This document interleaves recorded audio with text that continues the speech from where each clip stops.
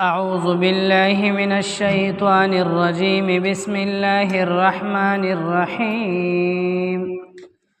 هنالك دعا زكريا ربه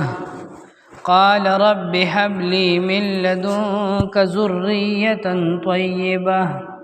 إنك سميع الدعاء صدق الله العظيم سورة آل عمران سپارہ نمبر 3 د سپاری رکو نمبر 12 او د سورت رکو نمبر 4 آیت نمبر 38 تا 41 شاته آیتونو کې د بیبي مریم د مور بیبي واقعا ذکر شولا چې هغوی نظر اومنلو د الله د رضا د پاره د بچی د الله د کور د پاره د وقف کولو او تمنا او امید یې د زوی د پیدایشو او پیدا شوله لور الله جل شانه ورته تسلی ورکړله چې دا لور چې کومه تا ته ما درکړله د هغه زوی نه به ډېره غوره وي کم زوی چې تا غوستو بیا دغې بیبي د دې خپلې لور نوم مریم کې ښودلو او د هغې دپاره یو دعا وغوستله او د هغې د بچو دپاره هم دعا وغوستله الله د هغوی هغه دعا قبول کړله او د بیبي مریم پرورش یې هم قبول کړلو زکریا علیه السلام سره 29 خادمان نور په بیت المقدس کې موجود وو قراندازي چې وشوله چې د بیبي مریم پرورش به څوک کوي نو په قراندازۍ کې د حضرت زکریا علیه السلام نوم راووتو بیبي مریم د زکریا علیه السلام په حصه کې راغله هغوی کور ته بوتلله او د زکریا علیه السلام په نکاح کې د بیبي مریم ترور وه د مور یې خور وه هغه د زکریا علیه السلام بیبي وه کله چې دا بیبي مریم لږه لوی شوله خبرې اترې شروع کړې او د ګرځېدو شوله نو بیت المقدس کې دننه یو کمره وه عبادت خانه محراب به ورته وي په هغې کې به دا بیبي مریم موجود وه د الله عبادت به کولو ذکر تلاوت او منځونه نفلونه کله چې به زکریا علیه السلام او نور خادمان وغیره بهر تلل نو د جومات او د محراب دروازه به دیو پسې بنده کړله یا به کولو و بعضې خادمان به په مسجد کې بهر موجود وو او بیبي مریم به دقه مخصوص دغه خاص کمره کې د عبادت لپاره موجود و کله چې به هم زکریا علیه السلام بهر د سکار وار دپاره لاړو او بیا به واپس راغلل او به کتل نو بیبي مریم سره به چار چاپیره بې موسمه پخې خوږې ښایسته ښایسته قسمه قسم میوې موجود وي پرتې به وي نو حضرت زکریا علیه السلام به حیرانه شو نو دوی نه به ډېر په تعجب سره تپوس کولو یا مریم انا لکی هذا دا میوې تا ته د کوم طرف نه راځي څوک یې درله راوړي نو اخو د الله ولی وه او الله په ماشومتوب کې قبوله کړې وه نو هغې ورته جواب کولو هو من عند الله دا نعمتونه دا میوې د الله تعالی د طرف نه دي الله یې ماله راکوي دا د الله غیبي مدد دی ما سره دی وخت کې د حضرت زکریا علیه السلام عمر 120 سال شپږ شلې کاله عمر یو او د زکریا علیه السلام بیبي وه د هغې عمر 98 سال 2 سل کاله او د زکریا علیه السلام بال بچ نه نو چې د بیبي مریم سره بې موسمه میوې ولیدې نو اسې زړه وتخنېدو نو بچی میووي د مور پلار دپاره نو داسې سیټ ته شو او 14مه سپاره کې به بیا راشي د ورځې په رڼا یې د خلکو په مخ کې دعا نه کوله ځکه که د خلکو په مخ کې دعا کوله نو خلکو به وي چې بابا باندې څه چل شوي دي په دې عمر کې بچي غواړي نو د شپې په توره تیاره کې په تهجدو کې الله ته سر په سجده باندې پروت دی او الله نه دعا کوي هنالک دعا زکریا ربه په دغه ځای کې زکریا علیه السلام خپل رب راوبللو او د الله نه وغوښتل سی غختل قال عرض یو کو رب هب لی من لدنک ذریتا طیبه اے زما ربا ما ته عطواکا ما ته راکا د خپل طرفنا ذریتا اولاد طیبتا پاکیزه نیک عمله دیندار پاکیزه اولاد را لراکا شپاړسمه سپاره کې به بیا راشي هلته د دې دعا نه مخکې یو ټکي بل ویلی دی هلته وایي ربی اے رب زما انی وهن العظم منی اډوکې مې رواسته شوي دي اډوکې مې کمزوري شوي دي واشتعل الرأس شیبا او سر کې مې سپین دومره زیات شوي دي چې د سپینوالي د وجې نه پړق وخي چمک وخي یعنی ویښتان یې ډېر زیات سپین شوي او په ځوانۍ کې خلک بچي راوړي نو په بوډاوالي کې بیا بنده کمزوري شي د بچو خواهش یې هم نه وي هغسې او نه هغسې تکړه وي او نه هغسې شوق وي خو دغه وخت کې جذبات راوچت شول چې خدایا زما هم یو بچی وي چې بیبي مریم له دې بې موسمه میوې ورکړې زما خو موسم د بچو د راوړو نه دی وخت مې تیر دی خو ستا په خزانو کې څه کمی دي ستا په در کې څه کمی دي یا الله مال هم بې موسمه میوه راکړه نو بچي یې د الله نه وغوښتل اولاد یې وغوښتو او طیبتن ټکي ورسره وي یا الله ګورې پاکیزه بچي راکړه انک سمیع الدعا بیشک ته دعا اوریدونکې ذات یې ته بلنې لره اوریدونکې ذات یې نو دلته به درته زه یو دوه درې خبرې اضافي پکې وکړم بچي غواړه د الله نه ښه بچي غواړه او دا د پیغمبرانو دعا ده پیغمبر صلی الله علیه وسلم ارشاد فرمایي النکاح من سنتی فمن رغب عن سنتی فلیس منی نکاح زما سنت دی او چا چې زما د دې سنت نه مخ واړو دا زما د امت نه دی بل حدیث مبارک کی حضور پاک ارشاد فرمائی تناکحوا وتوالدوا نکاح اوکے ودونه اوکے او بچی راوړې ډیر ډیر فإني أباهي بكم الأمم يوم القيامة چې تاسو ډیر بچی راوړې د قیامت پر ورځ به زه په تاسو باندې د نورو امتونو په مقابله کې فخر کوما نو حضور پاک په ډیرو بچو راوړو باندې خوشحالي دو او حدیث مبارک کې راځي د قیامت پر ورځ به په جنت کې شپږ شلي صفونه وي د دې خلکو د تمامو جنتیانو صفونه چې صفونو کې ودرېږي 120 صفونه به وي په دغه شپږ شلي صفونو کې به صرف اتیا صفونه زمونږ د حضور پاک صلی الله علیه وسلم د دې اخیری امت وي او دا باقی پاتې څلوېښت صفه خلک به د 1,40,000 پیغمبران وي په جنت کې چې چار چاپیره ګرځي که نه او 3 کسان درته په نظر راشي 2 به د حضور پاک امتیان وي او دا 3 به پکې د بل امت وي دومره په ډیر تعداد کې به وي ښه نو د دې زمانې ناپوهان هغوی وی بچی دوهی اچھی بچی ګوري 2 ښه دي ښه 2 بچی راوړی ډیر مه راوړی او بیا وی چوټا خاندان او خوشحال پاکستان وړوکی خاندان جوړ کړو پاکستان به خوشحال شي او خاندانی منصوبه بندی وکړي نو سراته د بجلیګر مولوي صاحب خبر را یاد شي خاندانی منصوبه بندی نه هغه لفظ لږ نامناسبه غوندې کېدي چې زه په دې د سپیکر باندې ویم خو بس چې چا اورېدلی وي نو ښه ورته پته ده نو خاندانی منصوبه بندي مه کوه ګوره مسلم شریف کې حدیث مبارک راغلی دی چې الله تعالی ستا دپاره ستا د نطفې نه کم اولاد لیکلی دی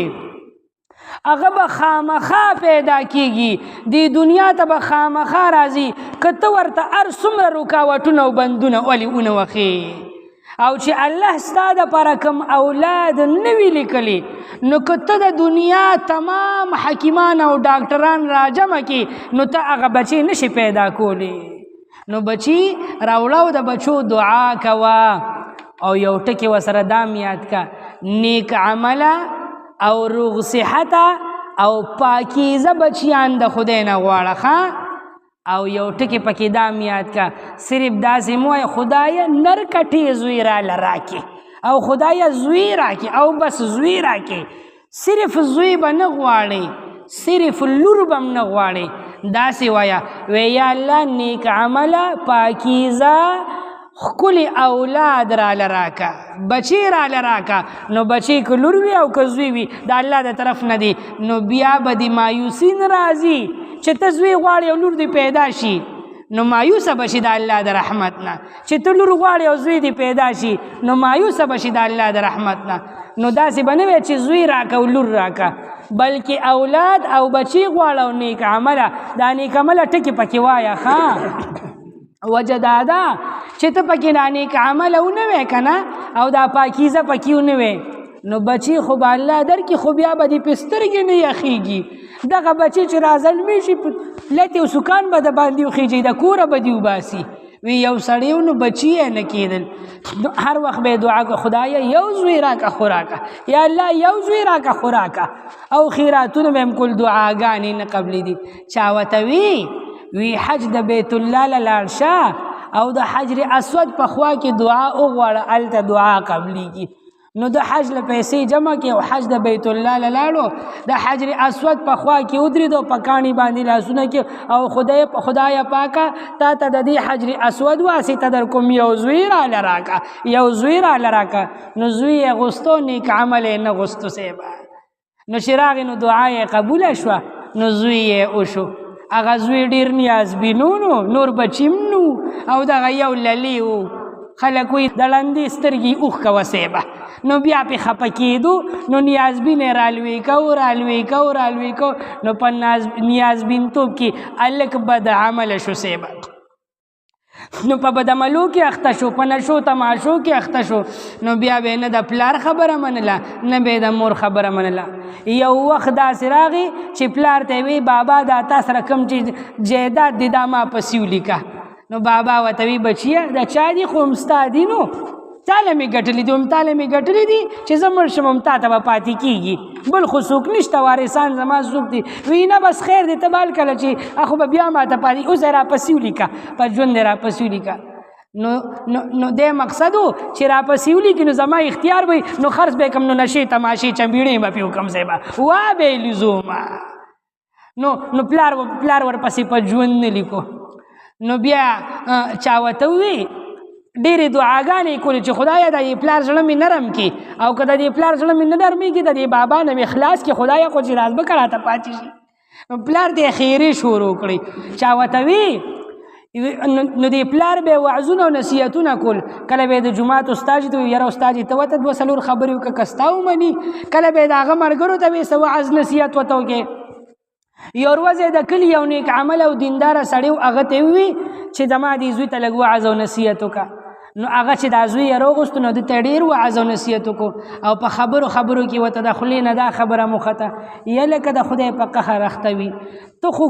د پلار دی بچي نو ستا دپاره د پلار حجر اسود له لاړو د حجر اسود په خوا کې ستا دپاره دعا غوښتې وه ته د خدای نه غوښتې نو دعا یې قبوله شوه نو ته الله ورکړې نو ته خو پلار دومره په سختو د الله نه غوښتې او ته بیا هم د دې پلار خبره نه منې نیک عمله کېږي نه الګ دا خبره په ذهن کې واچوله چې لکه حجر اسود کې دعا قبلیږي کور ته راغی پلار ته وي حج لزمه د حج داخله راله وکړه پلار یې ډېر خوشحاله شو چې بچی مې لکه چې نیک عمله د حج له روان دی او د په زړه کې بل ذکر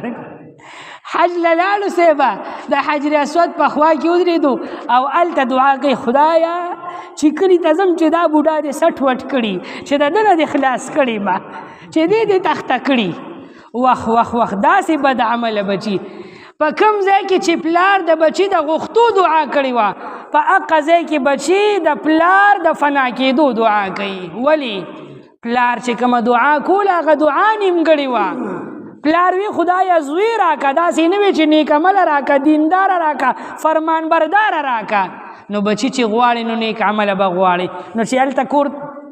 نو دعام قبلیږي او خیرې مې نو قبولې شوې نو چې کور ته راتلو نو پلار یې وفات شوی په حق رسېدلی اوسه پلار د بچي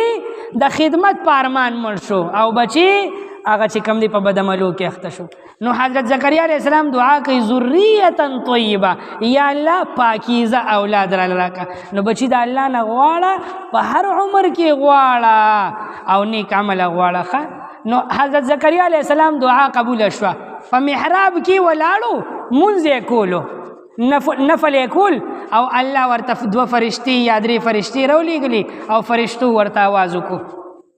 فنادته الملائکه فرشتو ورته आवाज وکړو وهو قائم يصلي في المحراب په محراب کې ولاړو منځ یې کولو نو आवाज ورته فرشتو سوکو دی ورته کو ان الله يبشرك الله تا ته زیری درکړي خوشاله شه زیری می در باندې بیحیا د یحیا نوم ول الله کې خودو چې زوی به الله درکې او یحیا به نوم وي او دا یحیا به پیغمبر وي مصدقا تصدیق کوونکی به وي بکلمت د یوې کلمې من الله د الله د طرفنا دا یحیا به د یو کلمې تصدیق کوونکی وي د دې وروسته عیسی علیه السلام را روانو او یحیی علیه السلام د عیسی علیه السلام تصدیق کو چې دا د الله حق پیغمبر دی د اطاعت کې او په ایمان وروړي نو دغه خبره طرف ته پکې اشاره ده وسیدا او دی به سردار وي د سردارې ژوند به تیری وحصورا او بند کړي شوی به وي د نکاح نه په وجود به روغ وي صحت به برابر وي که واده کول غواړي نو کولی به شي واده به ساتلیم شي خو د نکاح او د ښځو شوق به نه وي رغبت به نکاح طرف ته نه وي د ښځو نه به لرې وي د عبادت به شوق دومره زیات وي چې نکاح ته به شوق نه پیدا کیږي په بني اسرائیلو کې دا عمل کول جایز و چې چا به د نکاح نه خلوت اختیار کو او صرف عبادت ته به ځان وقف کو زمونږ په اسلام کې او زمونږ په شریعت کې په دین محمدي کې دا منسوخ شوي دي اوس په د نکاح نه څوک انکار د عبادت لپاره نه کوي لا رهبانیت فی الاسلام حدیث کې راځي اسلام کې رهبانیت نشته چې یو سړی وایي زه ځنګل ته ځم جونګړه کې به کینم او صرف الله الله به کوم او واده نه کوم نه حضور پاک وایي زه ستاسو نه د ټولو نه زیات د الله نه یریدونکی ما زه عبادت هم کوم روژه هم نیسم کوجه کوم د شپې تهجد هم کوم خوب هم کوم ښځه او بچي هم ساتم او واده هم کوم او خپل ژوند هم تېروم د الله عبادت هم کوم نو عبادت به هم کې او د نکاح نه به انکار نه کوي نکاح به کوي ونبیا من الصالحین او پیغمبر به وي د نیکانو نه زکریا علیه السلام چې دا زیری واردو نو یو خو خواهش وکولو شوق او خو بل خو حیران شو خدای دا به څنګه کیږي زه خو د 6 کالو بوډا یم او ښځه مې د 100 کالو بوډۍ ده نو حیران شو الله ته وی رب انا یکون لی غلام یا الله څنګه به کیږي زما بچي الک به مې څنګه کیږي وقد بلغنی الکبر حال دا دی چې زم بوډاوالی را باندې راغلی دي زوړ شوی ما او بوډاوالی مې راغلی دي وامرأتي عاقر او ښځه مې شنډه ده په ځوانۍ کې بچي راونړل اوس په دې عمر کې به څنګه راوړي نو حیرانه د الله نه دعا کوي الله ورته د فرشتو په ذریعه جواب راولېږو قال فرشتې ورته وي کذلک الله یفعل وی دوی دا سوال په دې وجه باندې کړو چې دا بچي به څنګه کیږي الله به ورته ما ځوان کي دا ښځه به مې ورته ځوانه کي نو بیا به الله بچي راکړي او که نه مونږ به دقسې بوډاګانې والله به بچي راکړي نو فرشتې ورته جواب وکړو کذلک الله یفعل ما یشاء ته به همدقسې په دې عمر کې به او ښځه به دې همدقسې په دې عمر کې به الله همدقه رنګې کوي څه چې غواړي بچي به درله الله هم په دې حالت کې درکړي په دې عمر کې به درکړي نو بیا زړه نه صبرېدو نو بیا دعا کوي قال عرض کوي رب اجعل لي آیه یا الله سنخه نښانه راته وښایه ما ته به څنګه پته ولګېږي چې ښځه مې د بچو بیماره ده خوب به ووینم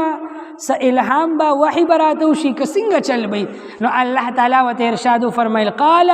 فرشتې ورته ووي د الله د طرف نه آیتک ستا نښه دا ده د بچي د پیدا کېدو الله تکلم الناس 3 ایام الا رمزه چې کله ستا ښځه بیماره شوه د بچو نو بس ژبه به دې چاړی شي جبه به دې ونښلي خلکو سره به خبرې نشي کولی 3 ورځو پورې به دې ژبه بنده وي په اشارو به لګي خلکو سره به خبرې کوي نو چې کله دې دې ژبې کار پرېښودو یکدم او په اشارو لګیا شوي خبرې دې شروع نو بس پیشه چې کار دې ټیک کړی دی صاحبه الله به دله بچي درکړي دا ورته الله تعالی نښه ورښوده او بیا ورته الله حکم وکړو واذکر ربک په د الله ذکر کوه خپل رب یادوه کثیرا ډېر وسبح بالعشي والابکار او ماښام بیګا او سبا یعنی سار او ماښام د الله تسبیح بیانوه پاکي بیانوه نو دی واده کړو ته به پکې دلته زه یو دا مسله مو کوم صاحبې چې څوک واده وکړي که نه او دا ښځه د بچو بیماره شوه نو ذکر ډېر کوه وظیفې ډېرې ډېرې کوه، په خپلم کوه، په دې خپلې بیبي باندې هم کوه. نو زمونږ دا خلک ډاکټرانو له ډېر ځي، دوایانې ډېرې استعمالوي او الله ته نه متوجه کېږي صاحبه. نو خیر دی علاج هم کوه، د خپل ضرورت مطابق دوایان هم خوره، خو ورسره د الله تسبیح بیانوه، ښکلې ښکلې وظیفې کوه. سوره یوسف ډېر ډېر وایه، بچي به دې ښایسته پیدا کېږي. سورت یاسین ډېر ډېر وایه، د بچي د پیدا کېدو په وخت کې به د اپریشن نه بچ شي.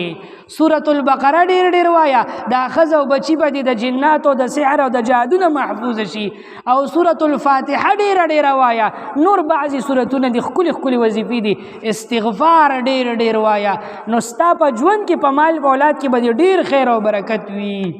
هنالک دعا زکریا ربه،